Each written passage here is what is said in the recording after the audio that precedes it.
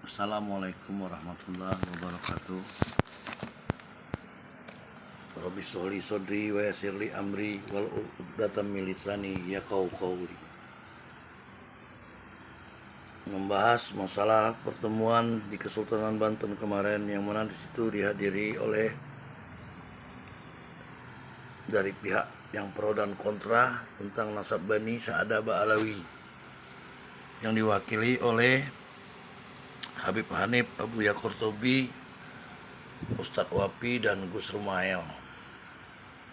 Dan yang terkontra dengan Sa'adah Ba'alawi yaitu terputusnya Ubaidillah dari Isa Al-Muhajir, yang diwakili oleh Tengku Muda Qori dan Kai Jasuli dan kawan-kawan.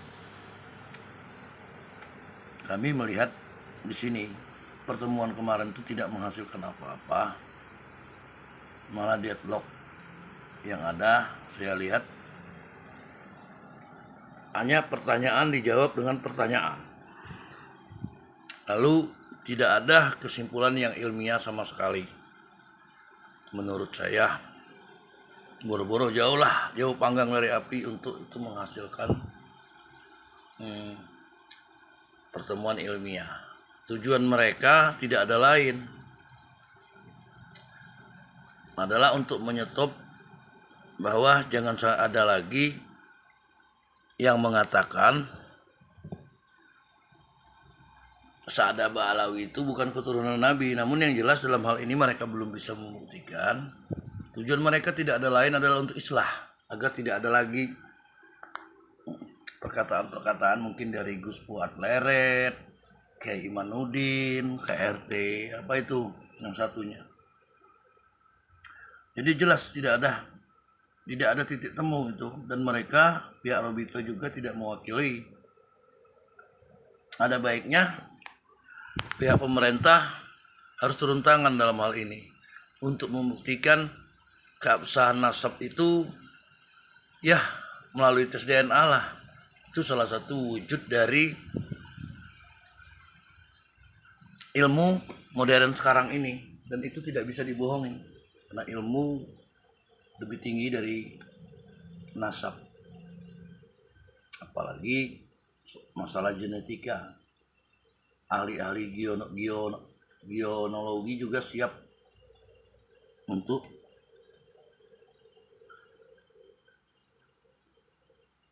melakukan tes DNA terhadap klan-klan Ba'alawi yang mengaku Sa'adah, yang mengaku Ubaidillah adalah keturunan Isa Al-Muhajir.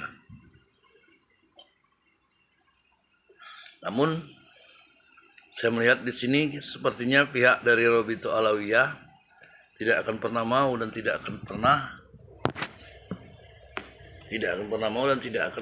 Karena apa? Dicek dari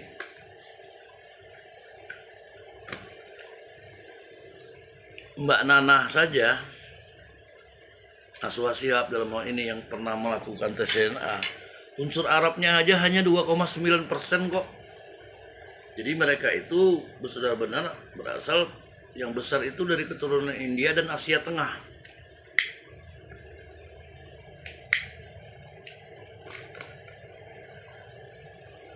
Beda sekali dengan orang-orang yang di Arab. Orang-orang yang di Arab itu haplonya kan J, bukan G. Kalau G itu kan orang-orang Kaukasia.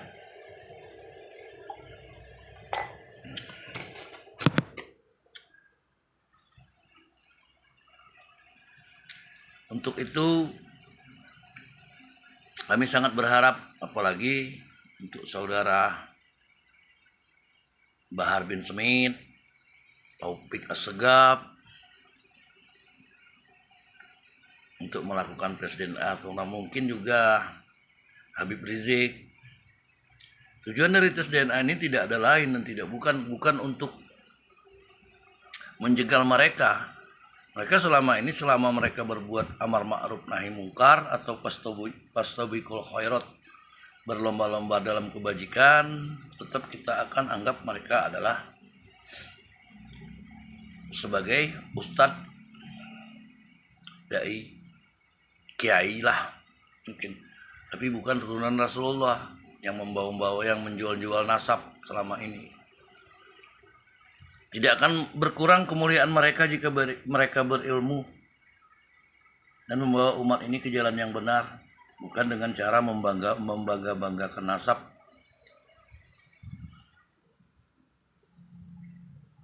Saya sendiri memang belum membuktikan tes DNA, namun bila saya lihat, andai kata saya atau Habib Bahar melakukan tes DNA, besar kemungkinan sekali saya ini lebih besar darah Arabnya daripada Bahar bin Smith. Kalau saya lihat, ini secara pandangan kasat mata, belum tentu sih kalau dilakukan tes DNA untuk pembuktian tuh perlu dilakukan tes DNA, namun saya melihat seperti itu. Jadi untuk pertemuan di Benda Krep di pertemuan di Kesultanan Banten kemarin itu jauh panggang dari api untuk mencapai kesepakatan islah, yang ada malah deadlock itu. Pertanyaan dijawab dengan pertanyaan, kayak anak kecil gitu loh. Sementara dari pihak penyelenggara sendiri katanya mau menghadirkan dokter ahli geologi yang seperti pertemuan di Ciputat kemarin, di UIN kemarin. Namun saya tidak melihat itu para ahli geologi tersebut. Kenapa? Kalau mereka hadirkan dan mereka datangkan, mereka tidak akan pernah mampu menjawab, dan mereka tidak akan pernah, dan tidak akan ada lagi jawaban selama ini yang mereka agung-agungkan, bahwa mereka adalah keturunan dari Rasulullah. Tes DNA yang akan membuktikan. Kenapa mereka tidak hadirkan? Nah, ini jadi pertanyaan, apa mungkin mereka diundang nggak datang?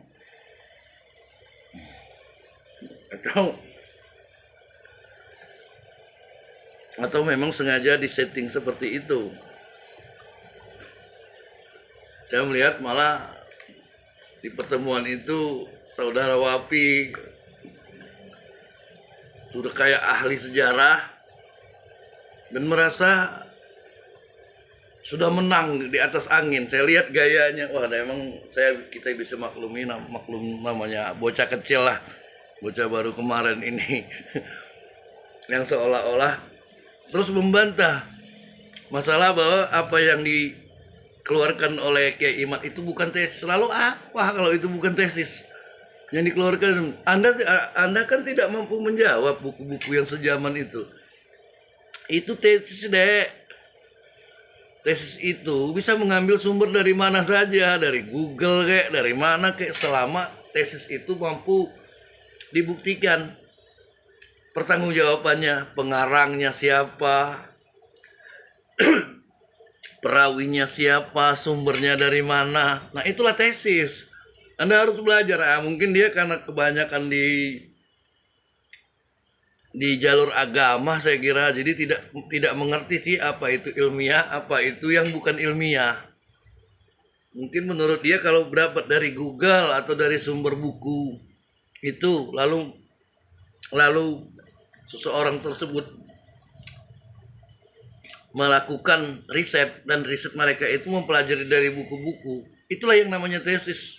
Dek Wapi, perlu Anda ketahui.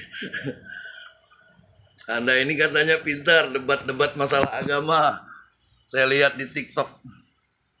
Namun kemarin itu setiap Anda bicara, ada kesannya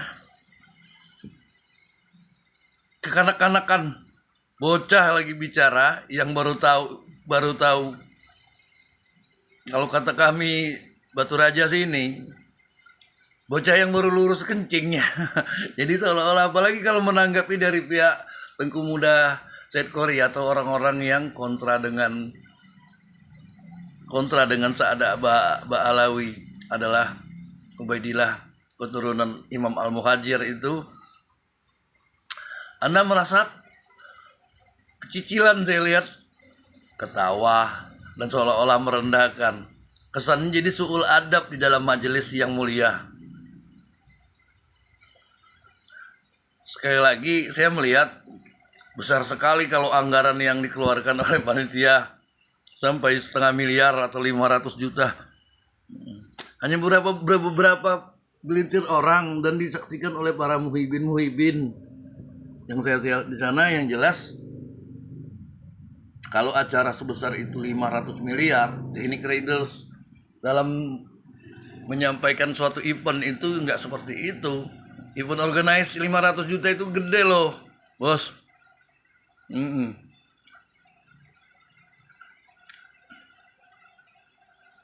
Bukan sembarang yang 500 juta itu ya. Kesannya kalau yang saya lihat kemarin ya paling di bawah 50 itu. Kalau pertemuan seperti itu. Mohon maaf kalau saya salah. Pokoknya di bawah lah. Kalau 500 juta itu terlalu sangat pemborosan biaya untuk pertemuan yang sedemikian rupa.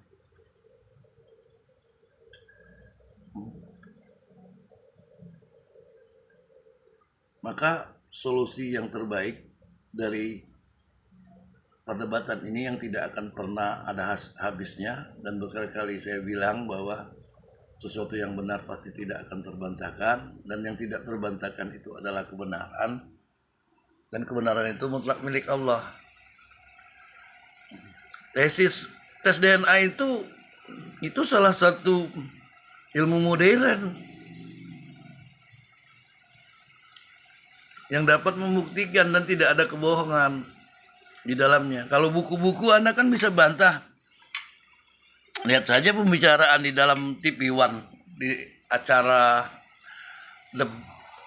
debat Indonesia Lawyers Club itu. Semua orang itu merasa benar dari sudut pandang pemikiran mereka. Kita bingung jadinya kan. Maka untuk itu saya berharap sekali sih dalam pertemuan kedepannya yang 6 bulan lagi ke depan, lakukan riset, kaji ilmiah, tes DNA juga salah satunya agar bisa terjawab dan terbantahkan. Dan masalah ini tidak akan pernah berlarut-larut. Seorang pembunuh aja bisa benar loh kalau cuma hanya ngomong bahwa ini. Namun kenyataannya tidak terbukti secara fakta dan ilmiah. Saya berharap sekali untuk dilakukan tes DNA tersebut agar pembuktian tersebut itu memang benar-benar sah, fair. Tidak ada sama sekali dari pihak Gus Rumail menjawab mereka siap melakukan tes DNA atau saya melihat kemarin itu jawaban pertanyaan dari yang kontra Sa'ada Ba'alawi bahwa Imam Ubaidillah terputus nasabnya selama 550 tahun dari Imam Al-Muhajir. Muncul abad ke-11 kalau nggak salah, bahwa Ubaidillah adalah putra dari Imam Al-Muhajir. Lalu rujukan yang dilakukan Ustadz Hanif tersebut adalah menilik dari buku Samsul Dohiro. Samsul Dohiro itu referensinya dari Panenberg, Snok Horgenya, atau warisan dari penjajah. Gimana bisa dipercaya? Sedangkan Mufti Batavia sendiri bilang bahwa geger Cilegon itu adalah perbuatan menentang pemerintahan, huror. Bisa jadi